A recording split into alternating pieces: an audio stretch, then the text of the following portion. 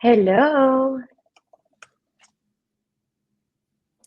Hola, hi, how are you? I'm good. How about you, Alejandro? Doing well, thank you. Thank you. Here, just waiting that people connect on, but I think that we are live now. Are we also live on LinkedIn? I think that's where Let me check. we There's redirected nobody you. watching, so yeah, actually Yes, we we're are. live on LinkedIn. Okay, Perfect. cool.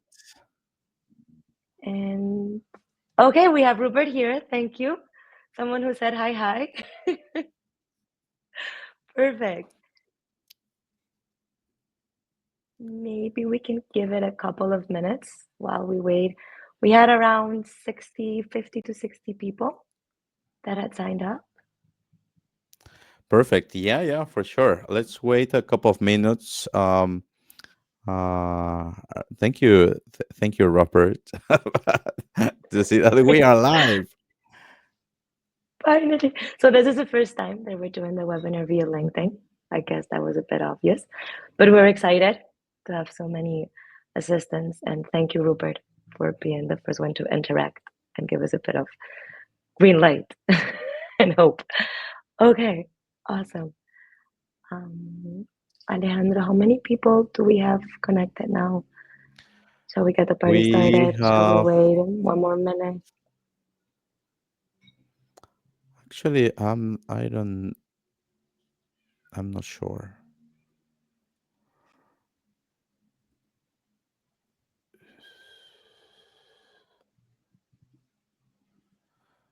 Your live edit video on LinkedIn. Um,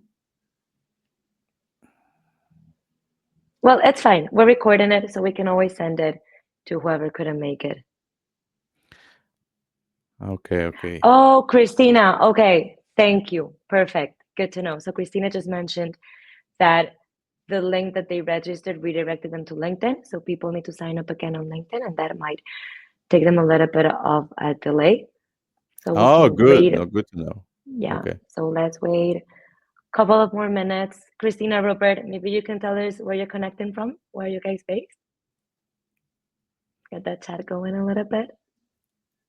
I'll start while we get the typing on.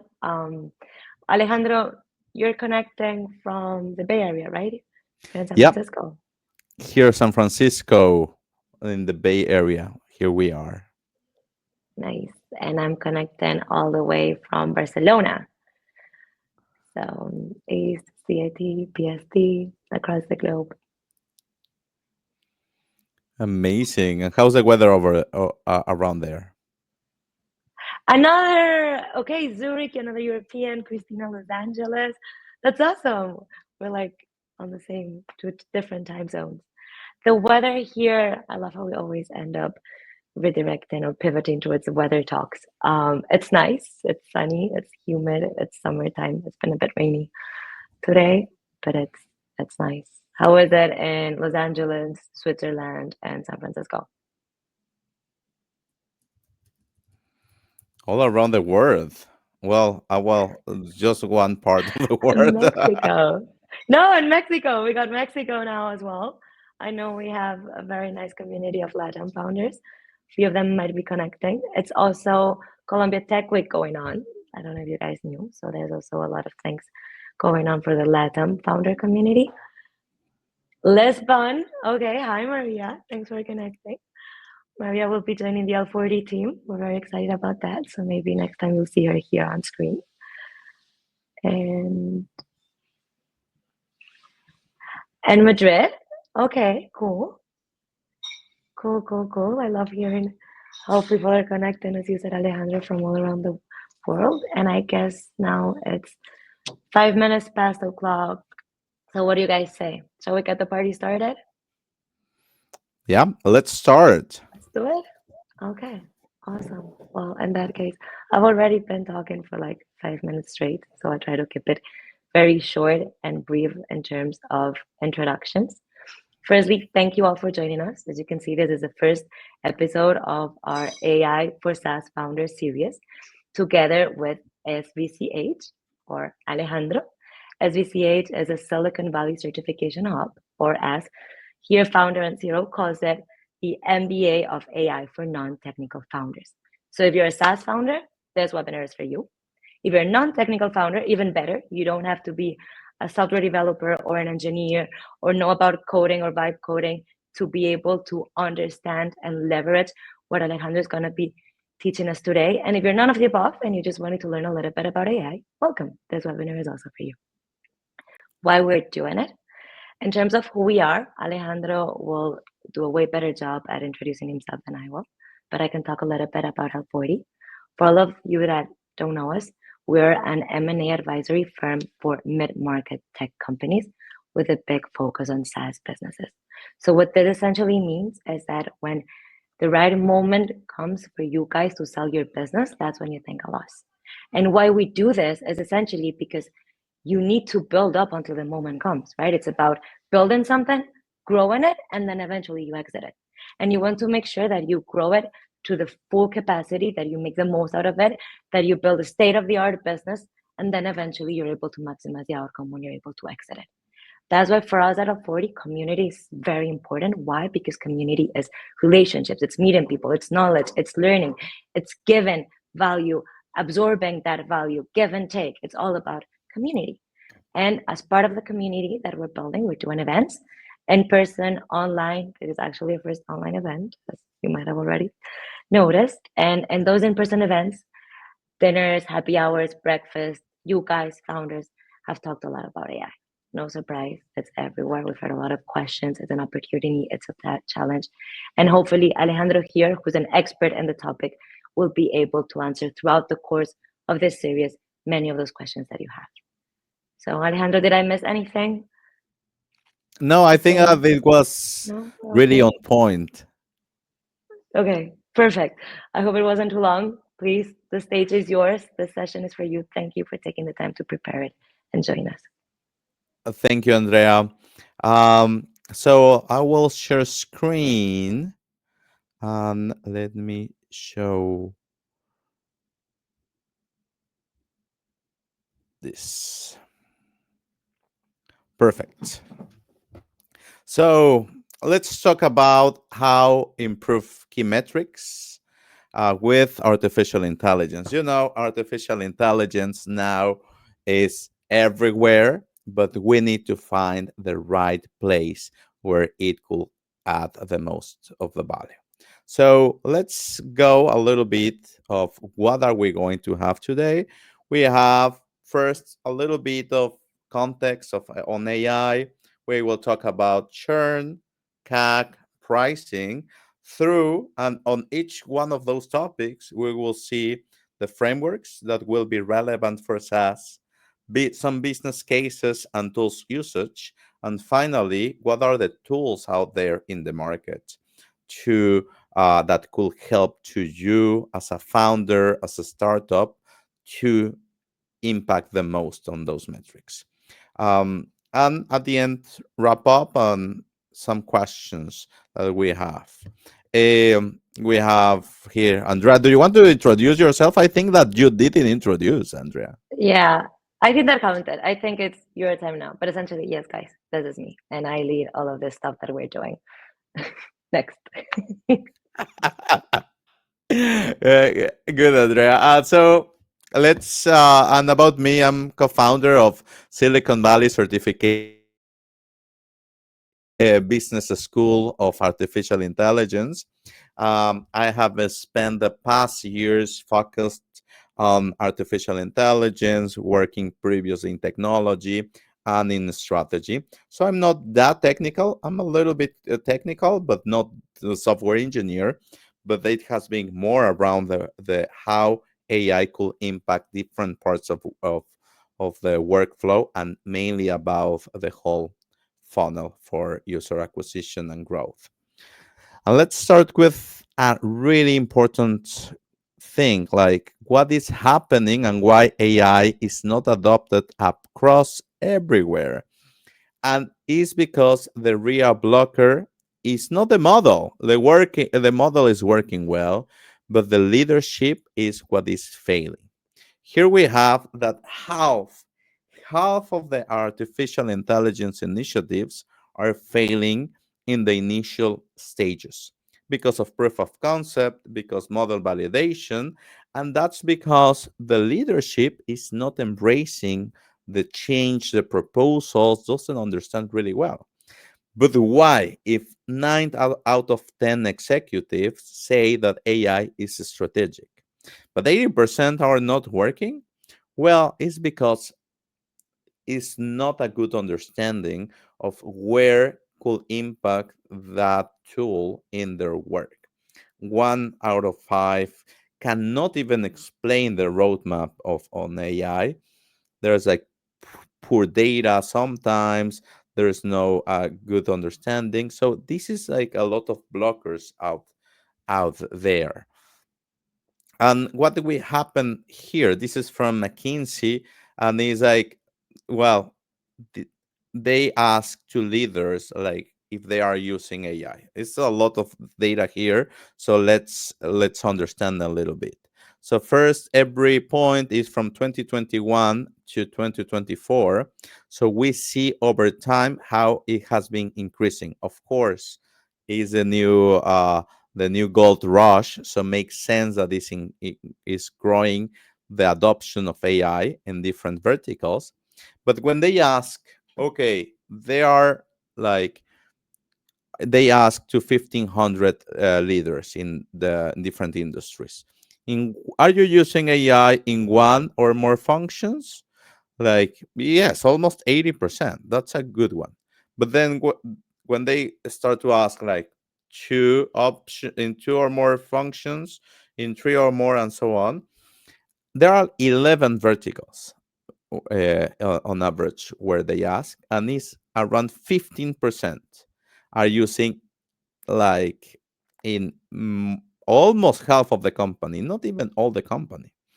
So we see here that there's a lot of opportunity out there in the market to go not just to the technical teams, to the software engineers, to data teams, but to the rest of the core areas where they could have a lot of impact for their growth and success. And thinking about that, let's talk about some cases. Let's talk about the funnel, from acquiring at the top of funnel, how to make it purchase, where pricing is key, and at the end, how to retain those users so the lifetime value could grow over time. By the way, if you have any question, feel free to write down in the comments, and let me know. You know, like, and, Yeah, and I will answer at yeah. any point of the presentation. We'll jump in with any questions you guys drop on the chat. Make sure they're all answered. Perfect. So a little bit of CAC. I think that is not new for everybody here, but when we're talking about CAC, is the cost of acquiring a user. That it could be paid marketing, referrals, PR, and so on. Is usually expensive, mainly when we're talking B2B. And the, if they pay one time, it will not pay off for all that. So but over time, if they stay with the company, it will bring the payback period where it's break even, and from there the rest are positive revenues for the company. Just as a benchmark, an ideal payback is less than 12 months. Best in class is less than 6 months. That's for SaaS companies. And let's talk about an interesting case out there in the market that is working really well. Is Aurium. Aurium is an agent that help to reach out customers with through LinkedIn. So in B2B, LinkedIn is the best solution. You know, like there's out there like around 1 billion users that use LinkedIn, and most of the B2B sales are there. So Venture, they have like, they share with me this case of Venture is a reimbursement provider specifically for healthcare, and they reach out customers on LinkedIn. The process is manual because it's like, hey, are you interested in save some money? Hey, let's talk, whatever. So it's a full conversation. But what Orium does is like you prompt what's your ideal customer profile, what is the positions of the users that you are reaching out, what's the proposal of your company, the product, and the tone of how do you write, like if it's like long things or really short, like you are fine tuning a little bit those with queries, and at the end they link with your LinkedIn and reach out to them. So they are saying like, hey, are you interested, like all the things that people is doing manually, they are automized, they are making an automation with it. So overall, 44%. Can you believe 44% of connections acceptance? And it's a lot. And 24 meeting booking. That means that it's increasing like one fourth the qualified leads that they are getting just because of this tool. Actually, if you are interested, they're like Alec. Um, you can book a time with him. They can show you like the tool. I'm not selling. I'm not getting any commission, but this is a really interesting solution for out there, that is out there in the market. And here are like the tools that overall out are there. It's not one tool fits all. Is There are like different staging companies, there are like different solutions. It's not like just one type chat gpt, I want to sell more, and next day you have a lot of revenues. You need to understand what parts needs more help, it could add more value, and where is your company. So we have divided by early stage and growth, or that are late or more mature. But there are like, for CAC improvement, there are like three main groups that we can allocate. First, the ICP, the ideal customer profile prospecting and outreach. Lead scoring, like that they will say like, okay, this is a qualified lead, this is not, do not keep looking for them. And at the end, website and ad optimization to improve your SEO, to automatize content creation, and so on. Really famous, by the way, is Jasper. Jasper is really good for content creation. Also, Six Sense, they have really interesting agents, workflows, and so on. We talk about Orium, that is really good for early stage. And Wicked Reports is like, you have to be mature. There's like a different complexity. You are investing in a lot of channels, Google, Facebook, TikTok, and so on. And there's kind of messy the attribution. So MMM will help to figure out where to invest more. Now, let's talk about conversion and what this helps to convert to for conversion is pricing. Pricing is a whole word. It's like super interesting, but also there's a lot of things out there in the market. We can divide it by three main ways. Cost base, which is think about the supply. If you are the company, you have just information about you and some competitors. Value based, you have more insights about your customer profile, what they buy, what are their options out there. And data driven is for more mature companies with good data that they can take real time decisions. There are like some models out there. Cost based are mainly those out like, okay, this is what it costs, and I want to have a premium, like a plus, or taking into consideration competitors, or the Lanchesters that take into consideration the stage in your growth. If you are a new competitor, if you're mature, if you want to gain market share, like all that. Value based are mainly premiums, like more thinking about the user. Like it's not just how much it costs to me, it's like what I'm solving to the user. What are the options for the user? What's the if it's something premium, is it like valuable? And the Weber Fetchner, by the way, I love it because it's a formula that based on local rhythms that helps to analyze like what's your product, the close competitors, and what it has to be the right gap in price so you can differentiate. It's not the gap just to have it in the middle. You are like just giving money away. Uh, it's like it maximizes like that. And data driven, which is more well about AI, it needs is in the dynamic pricing.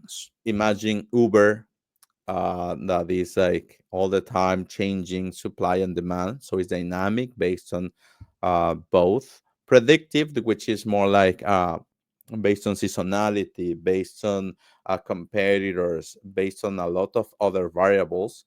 How to manage that mainly are ML, like machine learning models, and conjoined, which is like technically a mix of a lot of things in order to set the right pricing. And as you can see, it depends to the maturity of that.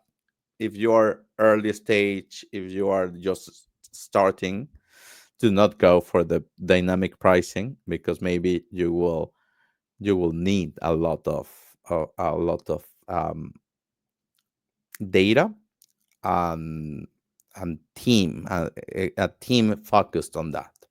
So um, and let's go with an interesting case. This is actually, by the way, that's a good question from Manuel. I will answer before going to this one. What's expected ROI for using AI for LinkedIn outreach? Example, Orium or similar. Would you recommend developing a solution in-house? Sometimes I feel most the tools are basic wrappers. That's a really good question, and I think it depends of the maturity of the of the company. So there are like we can divide it in two. For early stages where we don't have there's not a lot of human of time, is really efficient, cost efficient, like to do that. But it has to be also need somebody that train. It doesn't have to be an expert, but somebody that be focused on sales. So Orium, it's really good because it reduces time to get the qualified lead. So at the end, that's a really specific solution, and I think it's out there, out of the shelf, and it's really easy. Actually, we use it in Silicon Valley Certification Hub. Is one of the tools that we use, and it has helped to not spend a lot of time on following up on LinkedIn, and it's having a good ROI because the tool is not expensive, and it pay offs with all the additional um, qualified leads that we're getting. We don't have a specific ROI so far, but it's positive. Um, and recommend developing the solution in house, just if you are mid or big. At that time, it makes sense to develop because you need somebody that that you need specific engineers that help to build that. Now it's easier actually, with all the vibe coding, with Replit, with all that. So maybe it could be interesting to do it in house. I haven't know about it, but so far what I may recommend is to start with the off-shelf solutions, because are cost efficient, because already understand the needs, already have good understanding, and eventually when it's you understand the value, what where it helps, like what is the right way to fits to your company, try to adapt in house based on already best practices. Hopefully, I answered your question, Manuel. Now let's talk about pricing. Pricing is really interesting, as I mentioned. This is from a paper actually from the University of Milan. If there's somebody from Italy, maybe know the authors or something, but it's really interesting because it shows that how the adjusting on pricing with ML models have a huge impact. Look this, like 50% more revenues, 30% bigger order size versus human set prices. We can think that pricing is not um, is kind of something that works already. Let's keep it there and maybe give some promotions and so on.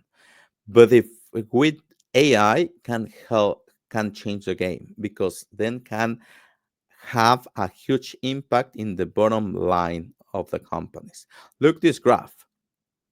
They analyze seats, frequency, engagement of the users, and so on, and it's an A/B test, and it's a total increase and the proportion of products. This is like a percentage as well. So we can see how it grows a lot. It's always the blue, which is the test, the pricing, smart pricing out there is always higher than the control test.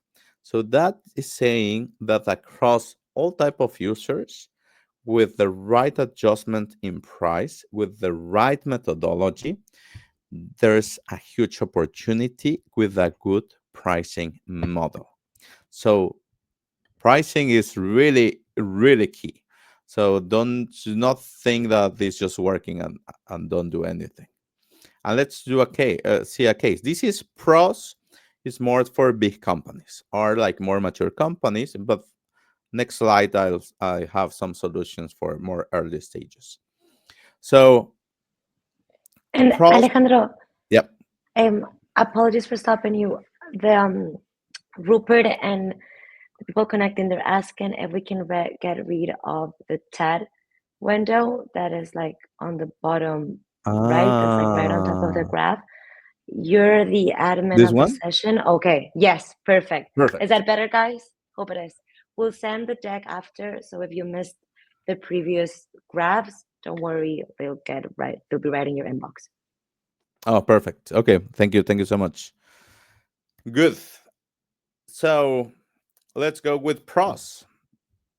Um, Similar idea is saying like they show a case where up to 20% uplift on revenues and margin improvement of 5%. So they have like all these great results, and this they have like really interesting case here where we can see the price change direction. So it's like percentage of transactions by the change in pricing that they optimized with their ML models. And we can see the 0% is no change. But what we can see is that how is moving up.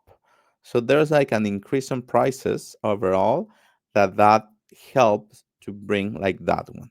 So if you have like hundreds, millions of users and they are paying like small gaps in pricing that maybe that are not noticeable, that they do not notice, then in their bottom line is working like really, really, really good. There are like tools out there that I recommend here. We're analyze pros. We have also divided early, growth, and late. But what are the options here? We have A/B testing for price, dynamic pricing that explains by itself. We have like even like there are like some companies that focus on early stage dynamic pricing, so it could be that they have like good solutions. The Bendabo is like much like bigger, and it gives like advisory consulting on solutions, but there are like also like Black Curve that helps to that. And for forecasting, that is like the stage before dynamic pricing. So actually, for in general, I recommend to start with A/B test and forecasting before going to dynamic pricing, because sometimes the insights we can get there. We have Pigment, Forecastio, and so on, that are focusing on different solutions and also have different ways to link with your own data. And let's talk finally about churn. So, okay, your user arrive, you improve your CAC, now it paid back before. They convert with because they find a good price that fits for them. Now, how to retain in the company, how to improve the churn. And here's where AI can help to predict. This is actually uh, uh, really interesting because you have is mainly internal data. For CAC and for pricing, it's more about external data. Um, Sources from Google, G4, from Meta, from your CRM and so on. But retention is like a lot of patterns and behavior of the users that you already have. You have voluntary and involuntary. What's voluntary? Okay, uh, there's another competitors like you increase the price and I cannot do it anymore. Your service is not working really well, and so on. Involuntary, that's really interesting as well because our issues with the billing system, the service I do not understand, and I didn't have a good onboarding. There's like service it doesn't match with my data pipeline and so on. But what how it help AI, or the mainly here are machine learning models, are to recognize those patterns and say like, okay, you have the users, I analyze, I have happy customers and not happy customers.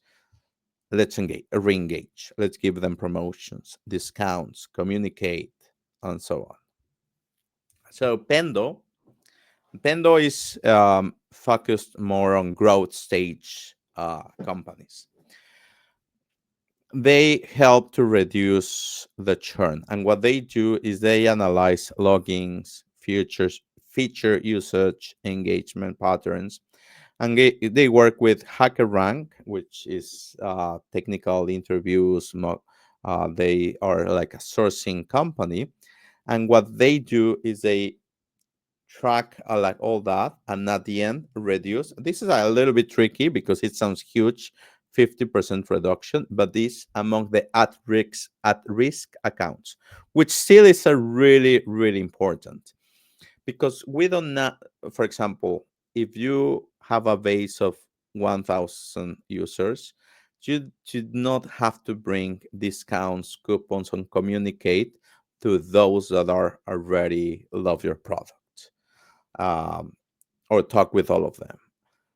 But those that are at risk, that have a pattern that eventually will close the deal with you, then you need to do it before they complain or before they call and say, I want to cancel my subscription or your service.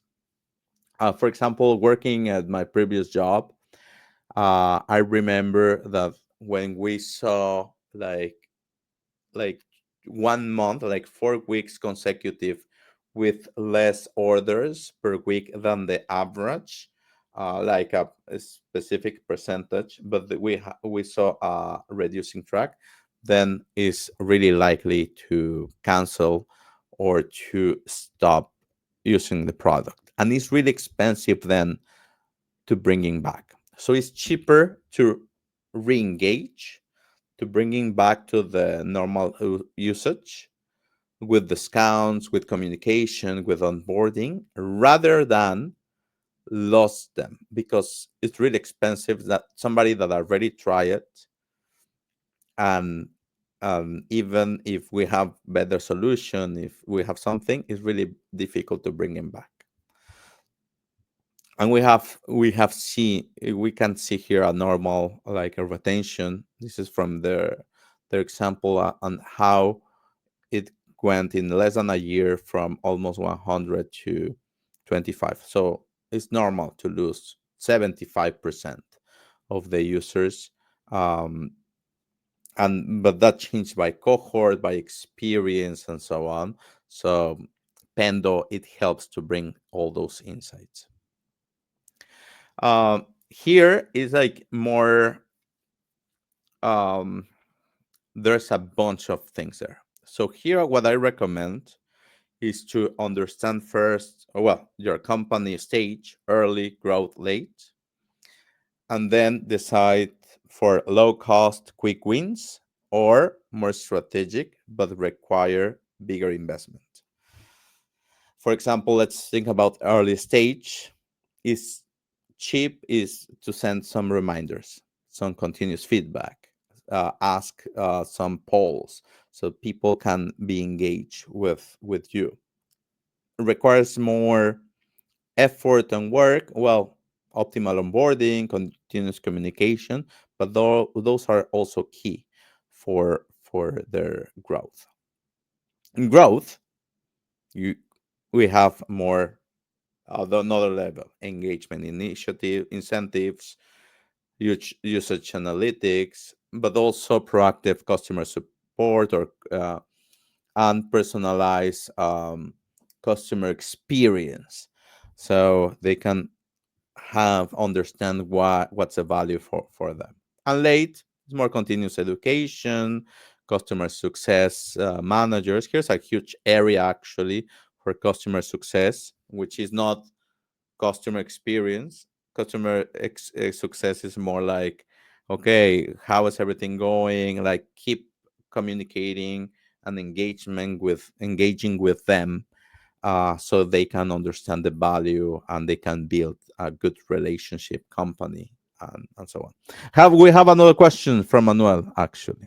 And it's a good one, very relevant to this slide in particular.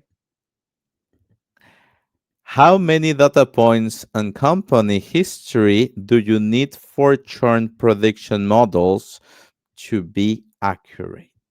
I guess you need full visibility on past cohorts, lifetime performance to train the model. Yes. So it's not easy for a churn prediction to be accurate. Like you need a good data points. What overall a good rule of thumb is at least 1,000 data points, or from, imagine like at least 1,000 users and the data points from them. So with that, at least that's a rule of thumb. Like with that will help to have early signals for their churn prediction. But those has to be analyzed over time, not just like the average of those 1,000. It has to be analyzed over time on the life cycle of the user, and then compared with historical benchmarks. Because as we saw in the previous slides, so maybe we can see like 25%. It's good or bad. Uh, it, it depends of your product. So it needs to be analyzed with good. For example, here we have those visitors in November. We have 55%, and the rest are like really high. So then that becomes your benchmark. So what happened during this in this cohort that had better retention over time. So it start with 1,000 and at least 6 months to understand the trends, and from there iterate and then run again and understand what is happening. This is a mix of qualitative and quantitative because it could change mainly the experience. So what UX does as well is to talk with them, to ask them what the most important features and so on, to understand what was experienced between each cohort. Um, Hopefully, I answered your question, Manuel. And here are the tools: early stage, growth, and late.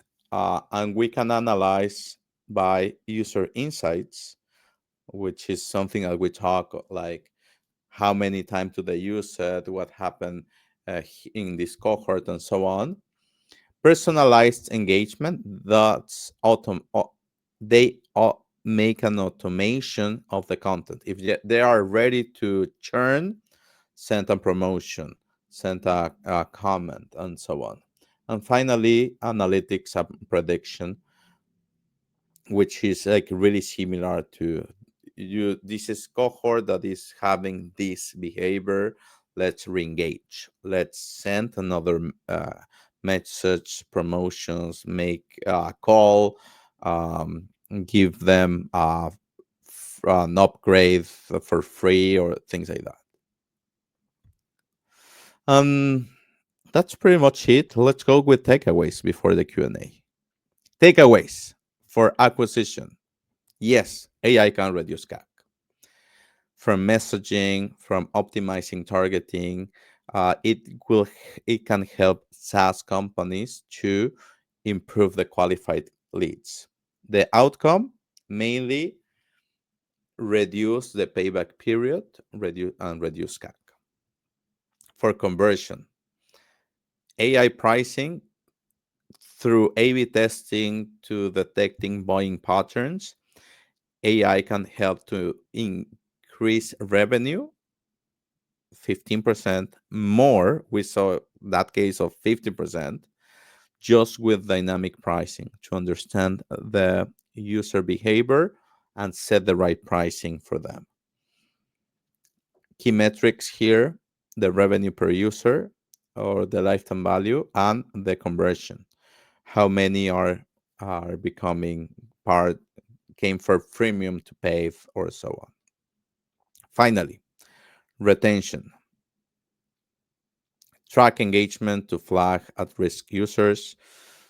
Do not wait that they are out of the platform because it will be really costly to bringing back. So with early detection, with the right triggers, it will increase the overall lifetime value without extra acquisition costs. So with all that, I think that will be really important for you as a founder to improve your data, improve your results, your bottom line, and have a really successful exit, which is the dream, everybody's dream. And please follow us, Andrea and Alejandro. We have, and also the companies that we can find in our profiles. Um, how are you, Andrea? Sorry if it was too long my presentation. No, I think it was good. Thank you, Alejandra. I was just gonna say also, you can see Silicon Valley is linked to the courses side. On our side at L40, we've been publishing quite a lot of content on AI and how they relate to exits. So how it relates to valuations, to the SaaS verticals in AI that might be getting more hype and so on. That's why the link is to our insights page. And perhaps, Alejandro, shall we open a bit the session, see if there are any more comments? I have a couple of questions for you that might give some extra time for the people listening to come up with questions if they have any questions. You have a very Perfect. packed computer. Oh We're no. still seeing your screen, you know that, right? Let me move back. That's a Thank beautiful you. background, though. That's totally fine. I guess one of the general questions that I had in mind that some people here might be asking themselves is, as a SaaS founder, how do I really know if my company is ready for AI? Is there such a thing as being ready for AI? Is there a framework or playbook that founders can use to assess which tool might be a better fit for them, if it's time for them to invest in it, or if they should be prioritizing other things as they build their company? Okay, so here I there are like three things that are really important before knowing if your SaaS is ready for AI. Data, OKRs, and ownership. Data, you need the right, as Manuel mentioned, you need uh, the good data there. Logins, click streams, product events, segments, and so on. And you need the good data maturity for that. It's important that decentralized, that you have a source of truth. We have a Snowflake Amplitude that helps to align all that data so you can have a good uh, stream of data out there. Second, business objectives. The It needs to be really clear what's the pain point in the company. Is conversion? Is the is conversion? Is acquisition? Is pricing? Is onboarding friction, and so on. So understand what's the main opportunity out there, and then look a solution that help to do it. And finally, the ownership. If the stakeholders or the area is not involved early, then it's likely that they will not use the tool, or they will not trust on the data, or they just keep the way that they work. And we have seen, as I showed them in the first slide, it's really important that they understand the way uh, that they embrace the solution if they want that creates an impact. So for me, are those the three things, or things that you need to check before going to a solution with AI: your data, your OKRs alignment, and clear ownership. Okay, that was a super complete answer. Thank you for that. Then I have another question, which is a bit more Let practical. me okay. See? Okay.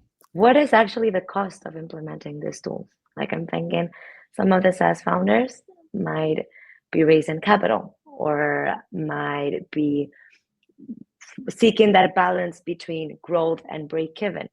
What's the range of cost that it might take for them to implement these tools in acquisition, churn, pricing that you've talked about? Okay. It depends on. Let's talk about the three cases that we saw. So CAC, pricing, and churn. For CAC, usually is mainly around uh, at least $2,000, depending mainly on the monthly active users. So all depends on the company side. But with $1,000 to $2,000 a month will be the cost to have a good implemented thing, without taking into consideration labor, or like your team, right? But I think it's a little bit expensive, but it pay offs, because at the end those demonstrate good ROI with good implementation. So I mentioned, I think that the best is to find like those areas of opportunity, see what fits better based on your stage, then align with sales to have a um, free usage of the platform for 1 month or something, so you can understand the value, how it works, if you have the right data and everything, and start to measure like the ROI, if it makes sense for you or not. For pricing, for example, Optimus AI and those that I mentioned usually are a little bit more expensive, starting with 3K to till 8K, because that requires a lot of data analysis, and mainly if are dynamic. That's why and but also are super powerful. To find the right pricing strategy for the company is not trivial, so that's why they have a higher prices because they know the value that can bring to the companies. But as I mentioned, this those are better for more mature stage companies. And for churn users, also start with from 2000. Even if you think about communications, um, for example, CRM solutions, things that integrate with HubSpot, you can find like less than $1,000 tools that could help to churn. But the most expensive, the more mainly is about the connection with other tools in the system. So if you already have HubSpot, LinkedIn, if you have other tools, um, SurveyMonkey and things like that, that also is the value and the price.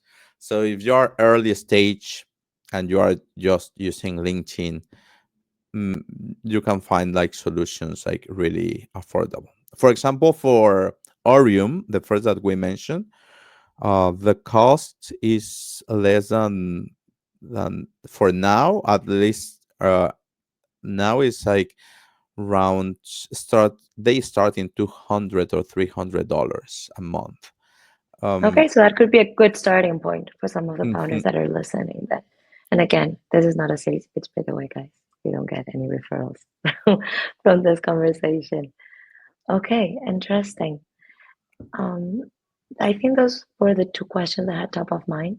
I guess we can perhaps leave the chat open a few more minutes. Rupert, Camiso, Manuel, Carlos, Mauricio, Maria, Sarah, Cristina. I don't know if you might have any other questions. The other people that have connected that haven't interacted on the chat, I don't have your names, but you're just as welcome to ask questions here in the chat. We'll wait for a couple of minutes in case there are any questions. And again, we'll send the slides. You have our LinkedIn profiles. You can reach out individually. We talked a lot about artificial intelligence. This was the topic for today's session and series. We're planning a couple more episodes. Would love your feedback to make sure they're relevant and bring value to you. If you have questions related more to the M&A side of things and to selling your business, feel free to reach out to me and I'll make sure that I answer all of your questions. And okay, Rupert, thank you.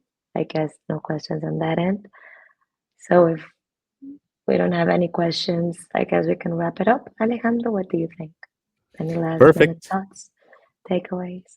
Okay, awesome. Well, Alejandro, thank you again. It's been an amazing session, very instructive. I've definitely taken a lot of notes. I hope all of you guys have as well. And I'll see you in the next episode. Thank you, everybody. Awesome. And God, how could you help in geopolitics? Well, with that's a different topic, Robert, where we can always discuss. Maybe But okay. let's see. But By the thank you, way, Rupert, for in the our comment.